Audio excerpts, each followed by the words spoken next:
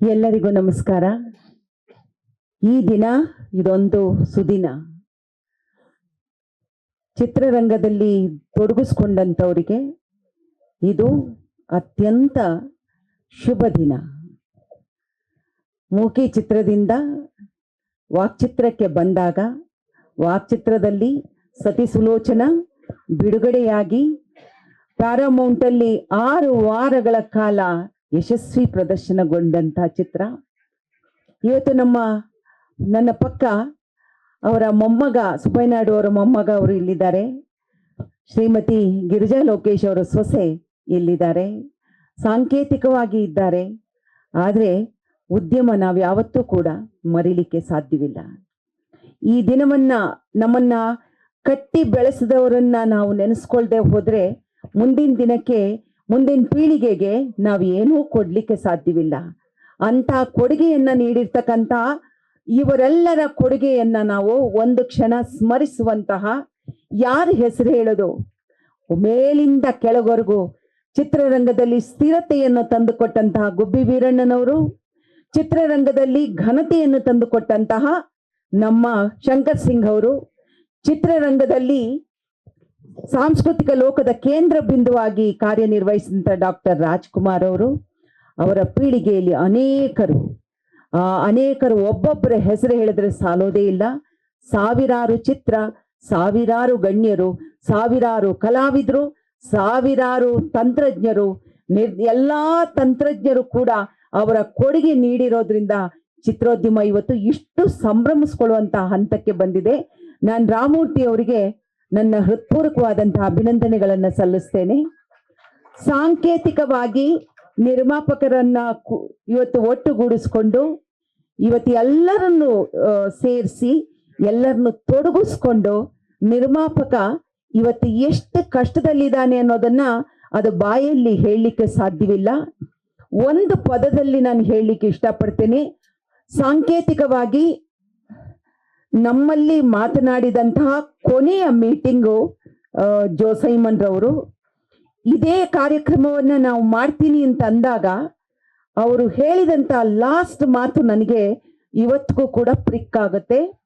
ಅಂದ್ರೆ ಇದರ ಅರ್ಥ ಏನಂದ್ರೆ ಚಿತ್ರರಂಗ ಯಾವ ಸ್ಥಿತಿಯಲ್ಲಿದೆ ಅನ್ನೋದನ್ನ ನೀವು ಸಾಂಕೇತಿಕವಾಗಿ ನೋಡ್ಬೋದು. ಒಂದು ಮಾತನ್ನು ಹೇಳಿದ್ರು, ಸಂಭ್ರಮ ಮತ್ತು ಆಚರಣೆಯಲ್ಲಿ ಬಹಳ ವ್ಯತ್ಯಾಸ ಇದೆ. ಸಂಭ್ರಮ ಅನ್ನುವಂಥದ್ದು 100ರಲ್ಲಿ 50ರಲ್ಲಿ 25ರಲ್ಲಿ 75ರಲ್ಲಿ ನಡೆಯುತ್ತೆ.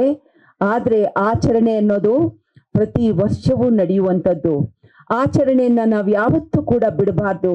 ಆದರೆ ನನ್ನದೊಂದು ಕೋರಿಕೆ, ದಯವಿಟ್ಟು ನಮ್ಮ ನಿರ್ಮಾಪಕರಿಂದ ಹಿಡಿದು ಪ್ರತಿ ಚಿತ್ರರಂಗ ಅತ್ಯಂತ ಕಷ್ಟದಲ್ಲಿದೆ.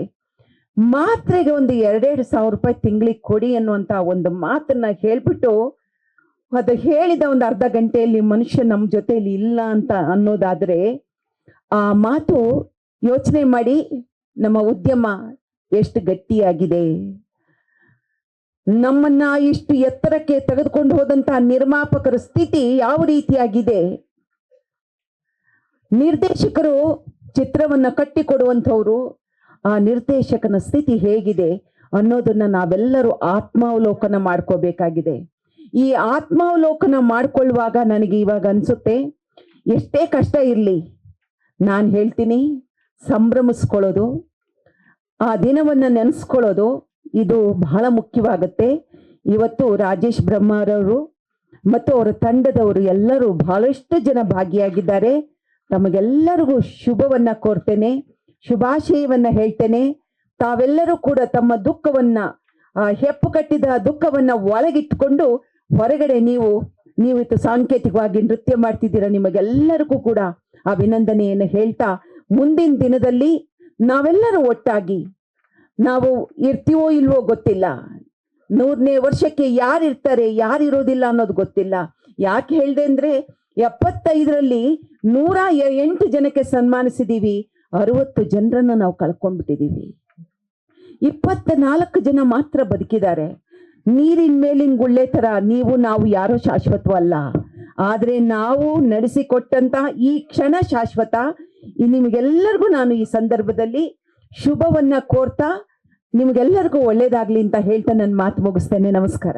ನಿಮ್ಮೂರಿನಿಂದ ವಿಶ್ವ ಮಟ್ಟದವರೆಗೆ ರಾಜಕೀಯ, ಸಿನಿಮಾ, ಸ್ಪೋರ್ಟ್ಸ್ ಯಾವ ಸುದ್ದಿಯೂ ಮಿಸ್ ಆಗಲ್ಲ. ಬರೀ ಸುದ್ದಿಯಷ್ಟೇ ಅಲ್ಲ, ಜೊತೆಯಲ್ಲೇ ಇರುತ್ತೆ ವಿಶ್ಲೇಷಣೆ. ಗ್ಯಾರಂಟಿ ನ್ಯೂಸ್ ನ ಸಬ್ಸ್ಕ್ರೈಬ್ ಮಾಡಿ, ಫಾಲೋ ಮಾಡಿ, ಕ್ಷಣ ಕ್ಷಣದ ಅಪ್ಡೇಟ್ಸ್ ಪಡೆಯಿರಿ.